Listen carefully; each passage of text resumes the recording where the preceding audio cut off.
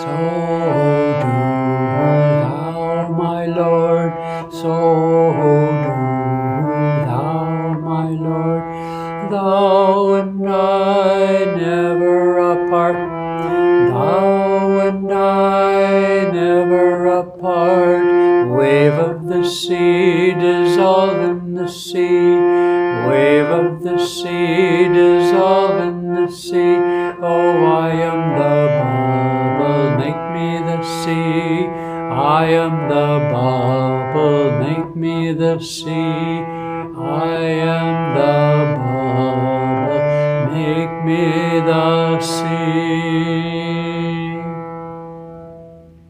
Hello friends, Nayaswami Hriman here with today's broadcast of the teachings of Paramhansa Yogananda, the original teachings.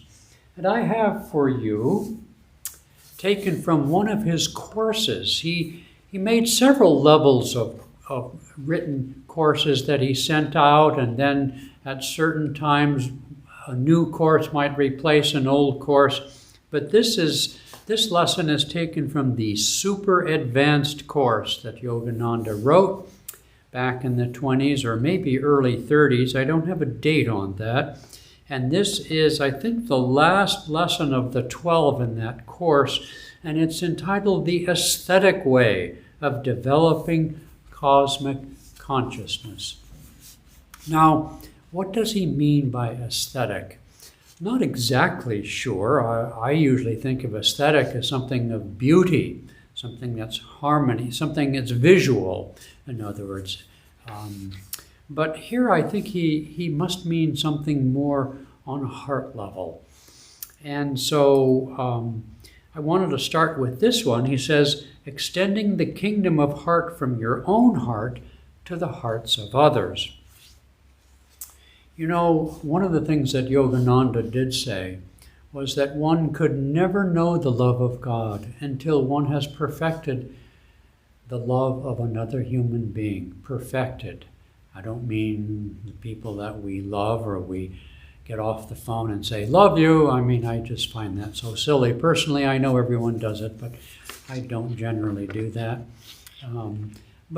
So it's not the human kind of love that we naturally have for our family members and for our partner and so on.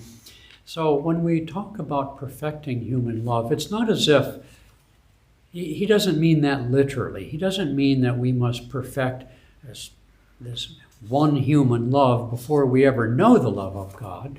But what he's really saying is you can't bypass people in your life in order to skip the whole thing and go for broke, go for God, as it were. Many people think that. I know it sounds silly for me to actually say that, but, you know, everything would be fine if it weren't for all the people. In other words, we have to work out our karma in this body, in this life, before we can achieve residence on the next higher plane on our journey back to God.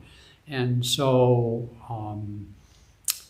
we must, and as I mentioned, the first, maybe I didn't mention, but yes, the first great commandment is to love God with all thy strengths and soul, heart, mind, and so on. But the second is like unto itself, to love thy neighbor as thyself.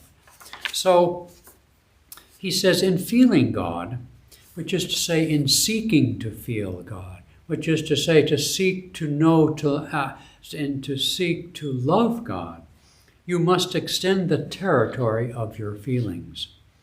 You know, sorry I keep interrupting, but the symbol of the cross, the horizontal bar and the vertical bar meeting, is a very deep symbol, and it's not just limited to Christianity or the crucifixion of Jesus Christ. You see, in order to be complete, we must embrace all life, to love all, as well as to seek to go beyond and transcend all, and to love and know God beyond all creation. You must extend the territory of your feelings. You feel for your own heart, Now you must begin every day to feel more and more at one with the hearts of others, their woes, struggles, joys, and trials. Now, you can't do that for 7 billion people right off the bat, but we can start with our family, our neighbors, co-workers, that kind of thing.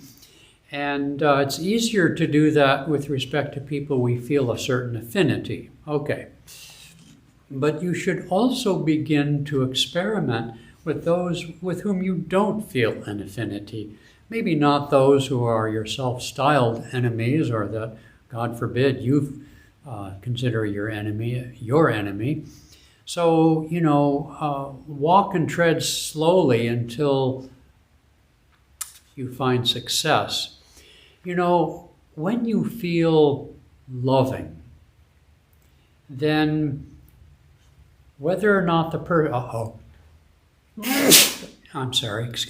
When you feel loving, you get up on the right side of bed. Then you don't feel quite so antagonistic or reactive to perhaps somebody or something you don't like. You're more accepting. And so imagine yourself filled with loving energy. And when you are feeling loving, you don't have to affirm that I love that I have to try to love this person as a child of God, even though they're an irritant to me. You simply feel loving. And so he goes on, to feel others' hearts means not only that you must remain absorbed in loving and working for yourself, you see, that's what I was saying, but you must learn to work and spend for others, protect and love others with the same degree of interest and enthusiasm as for yourself. So when he speaks of spending, which can include helping and so on, he's also saying something that in his lessons on divine friendship and spiritual marriage also, that friendship and therefore love needs to be practical. He made that a very important part of his teachings. His advice to Swami Kriyananda, when Swami Kriyananda was then a young monk, who Yogananda at that time called simply Walter. Kriyananda didn't take on his spiritual name and take his vows of sannyas into swamihood until a few years after Yogananda's passing. So Walter, he said, make your ideals practical. And this is the essence. And this is part of the cross. You know what I said, embracing all life means to bring into the ground of earth your ideals, bring them down from that level. This is what God has done. The avatara, the descent from God into and as the creation is the avatara. And the one form of the avatara is the avatar, which takes human form. Fully realized, God-realized soul. So making our love practical. And that's what I mean also by practicing that love first on those who you do love or are kindly disposed, and then increasing that over time and with practice to those with whom you have a harder time.